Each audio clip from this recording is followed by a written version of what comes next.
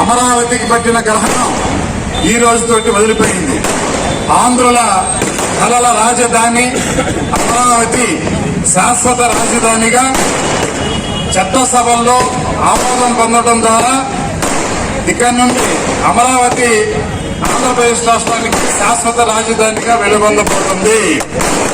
ఎవరో పిచ్చి పిచ్చి ప్రాలాపనలు వెళ్ళి ఏదో చెప్తూ ఇంకా ప్రజల్ని తప్పుదావా పట్టించాలన్న ఉద్దేశంతో గత మాజీ ముఖ్యమంత్రి గారు ఇంకా కళ్ళలు కంటూ ఉన్నారు.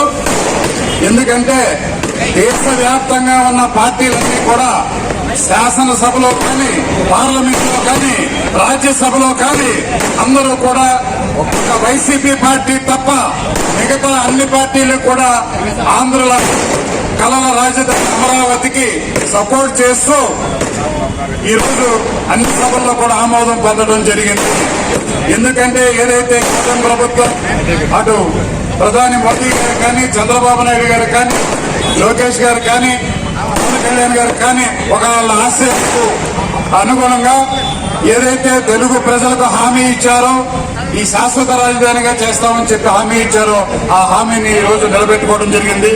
అలాగే మన అమరావతి రైతులు 33,000 ఎకరాలు ఒక్క రూపాయి కూడా తీసుకోకుండా రాజధానికి ఇవ్వటం వాళ్ళ నిరంతర పోరాటం, వాళ్ళకి కూడా మనం ధన్యవాదాలు చెప్పుకోవాలి.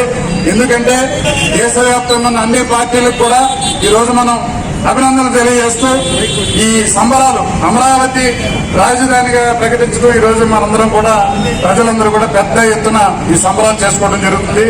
ముఖ్యంగా మీరందరూ గుర్తించవలసింది రాజధాని అభివృద్ధి ఇక్కడి నుంచి వేగంగా అభివృద్ధి చెందే విధంగా ఈ సంవత్సరం సుమారు 65,000 కోట్లతోటి ఈ రాజధానిని అభివృద్ధి పరచడం జరుగుతుంది.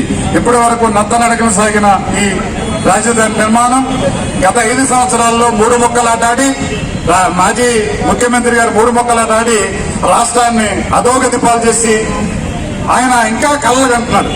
అది జరిగే పని కాదు. ఖచ్చితంగా ఆంధ్ర ప్రజలు ఒక తీర్పిచ్చారు. 151 నుంచి 11 స్థానాలకి దింపారు. అదే ప్రజల యొక్క అభిప్రాయం. రాజధాని మీద ప్రజల యొక్క అభిప్రాయం మనం తెలుసుకోవాలంటే ప్రజలు 11 సీట్లకే పరిమితం చేయటం. ఇంకా ఆయనకి ఇంకా జ్ఞానోదయం అవ్వలేదు. ఎందుకంటే చూసుకోండి, మీరు ప్రజల యొక్క అభిప్రాయాన్ని మనం గౌరవించినప్పుడు తప్పనిసరిగా ప్రజా ఆమోదం పొందిన రాజధాని అమరావతి మాత్రమే అవుతుందని తెలియజేస్తూ దేశవ్యాప్తంగా సపోర్ట్ చేసిన అన్ని పార్టీలకు కానీ, కూటమి సభ్యులకు కానీ, ఇతరత్ర ఈ రాజధాని సంబంధించే ఈ పోరాటంలో పాల్గొన్న రైతులకు కానీ, ప్రజలకు కానీ అందరికీ కూడా హృదయపూర్వక ధన్యవాదాలు.